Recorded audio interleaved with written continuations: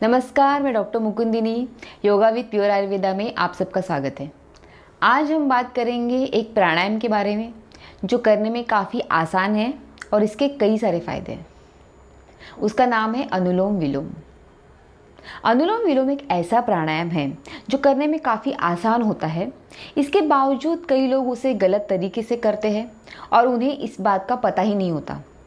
इसी कारण उनको जितने फ़ायदे मिलने चाहिए उसके उतने मिलते नहीं हैं। इसी बात को ध्यान में रखते हुए आज हम यहाँ पे आपको अनुलोम विलोम किस प्रकार करना चाहिए उसकी विधि बताएंगे और उसके फ़ायदे और नुकसान के बारे में बात करेंगे। अनुलोम विलोम एक प्राणायाम है जिसमें सबसे महत्वपूर्ण श्वसन क्रिया को माना जाता है। अंग्रेजी में हम इस प्राणायाम को अल्टरनेट नॉस्ट्रिल ब्रीदिंग एक्सरसाइज कहते हैं। इसका मतलब होता है नाक के एक छिद्र से हमें गहरी सांस लेनी है और दूसरे छिद्र से उसे धीरे धीरे छोड़ना है। अब अनुलोम विलोम किस तरीके से करना चाहिए, तो सबसे पहले दिन का एक समय तय करें कि किस समय आपको अनुलोम विलोम या फिर प्राणायाम करना है। वैसे देखा जाए तो आप सुबह के समय प्राणायाम फिर योगाभ्यास करेंगे तो उसका काफ़ी फ़ायदा होता है। जैसे कि सुबह की ताज़ी हवा में अगर आप अनुलोम विलोम करते हैं तो वो काफ़ी असरदार होता है। अगर आपको सुबह के टाइम समय नहीं मिल रहा तो आप शाम के टाइम भी प्राणायाम कर सकते हैं। अनुलोम विलोम के लिए किसी साफ सुथरी जगह को आप चुनिए जहाँ पे आप योगा मैट बिछा सकते हैं या फिर कोई साफ चादर बिछा सकते हैं। तो सबसे पहले आपको पद्मासन या फिर सुखासन की पोज में बैठना है। अगर आप नीचे नहीं बैठ सकते तो आप चेयर के ऊपर या फिर कुर्सी के ऊपर भी बैठ सकते हैं। आपके दोनों हथेलियों को आप कलाइयों को घुटनों के ऊपर रखिए। हमें अनुलोम विलोम के लिए राइट हैंड यानी दाहिने हाथ का उपयोग करना है। तो लेफ़्ट हैंड को हमें कोई मुद्रा में रख सकते हैं, जैसे कि ज्ञान मुद्रा में आप रख सकते हैं। और राइट हैंड को आपको तर्जनी और मध्यमा को हथेली की तरफ मोड़ना है, इस तरीके से। रीढ़ और गर्दन को सीधा रखिए और आंखें बंद कर लें। बाहर की सारी चीज़ों से अपना मन हटाइए और अपनी ब्रीदिंग के ऊपर कंसंट्रेट कीजिए। एक गहरी सांस लीजिए और उसे धीरे धीरे छोड़िए। फिर से गहरी सांस लीजिए और उसे धीरे धीरे धीरे छोड़िए। फिर से एक बार गहरी सांस लीजिए और उसे धीरे धीरे धीरे छोड़िए। अपने मन और दिमाग को एकदम शांत रखिए। मन में कोई भी विचार मत रखिए। अब अपने राइट हैंड के अंगूठे से राइट नॉस्ट्रिल को यानी राइट नथुने के ऊपर रखिए।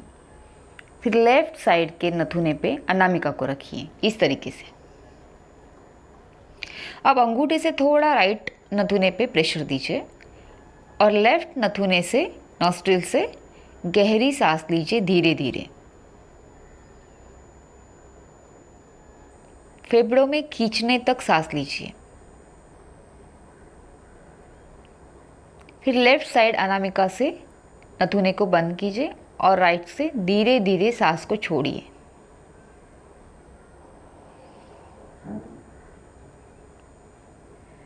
फिर राइट से ही धीरे धीरे गहरी सांस लीजिए। फिर अंगूठे से उसे बंद कीजिए, अनामिका को खोलिए, लेफ्ट नॉस्ट्रिल से सांस को छोड़िए।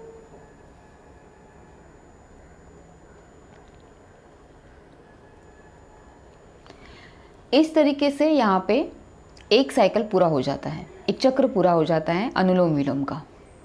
एक बार में हम ऐसे 5 से 7 चक्र कर सकते हैं, साइकिल कंप्लीट कर सकते हैं और इसे हम कम से कम 10 मिनट तक कर सकते हैं। अब हम देखेंगे अनुलोम विलोम के क्या क्या फ़ायदे होते हैं। तो सबसे पहले आता है डायबिटीज़, टाइप 2 डायबिटीज़, मधुमेह। इसमें अगर हम अनुलोम विलोम रोज़ाना करते हैं, 10 से 15 मिनट तक करते हैं तो ब्लड शुगर लेवल नॉर्मल हो जाती है। यानी शुगर की जो मात्रा रहती है, ग्लूकोज की जो मात्रा रहती है अपनी ब्लड में, वो नॉर्मल होने में मदद होती है। उसके साथ ही साथ हार्ट के पेशेंट रहते हैं जिनका हाई ब्लड प्रेशर रहता है या फिर हार्ट में ब्लॉकेज रहते हैं, उनके लिए भी अनुलोम विलोम फ़ायदेमंद होता है।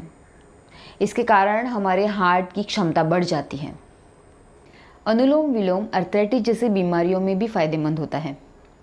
अगर आप रेगुलरली अनुलोम विलोम प्राणायाम करते हैं तो अर्थराइटिस में आपको जोड़ों में जो दर्द और सूजन होती है, मॉर्निंग में उठते ही जो स्टार्ट हो जाता है, वो धीरे धीरे कम होने लगता है। वैसे ये दूसरा आता है माइग्रेन। माइग्रेन एक प्रकार का सिर दर्द होता है जो स्ट्रेस और तनाव के कारण होता है। अगर आप रेगुलर 10 से 15 मिनट प्राणायाम या फिर अनुलोम विलोम करते हैं तो आपका स्ट्रेस, तनाव धीरे धीरे कम होने लगता है और माइग्रेन से छुटकारा मिल सकता है। एकाग्रता यानी कंसंट्रेशन बढ़ाने के लिए भी अनुलोम विलोम काफ़ी फ़ायदा करता है। खास करके जो स्टूडेंट होते हैं वो अपनी कंसंट्रेशन पावर बढ़ाने के लिए अगर इस ब्रीदिंग एक्सरसाइज का उपयोग करेंगे तो काफ़ी फ़ायदा होगा। अनुलोम विलोम प्राणायाम के कारण नर्वस सिस्टम कंट्रोल में रहता है और मस्तिष्क की जो न्यूरोनल एक्टिविटीज़ होती है उसमें सुधारणा होने लगती है। इसके कारण अपना कंसंट्रेशन बढ़ने लगता है। वज़न कम करने के लिए भी इसके फ़ायदे होते हैं। अनुलोम विलोम करने से आपके शरीर की जो फैट, चर्बी होती है वो कंट्रोल में रखने में मदद होती है। इसके कारण आपका वज़न जल्दी कंट्रोल में आ सकता है। साथ ही साथ अगर आपको कब्ज़ या फिर कॉन्स्टिपेशन की तकलीफ़ है तो उसमें भी अनुलोम विलोम फ़ायदे करते हैं।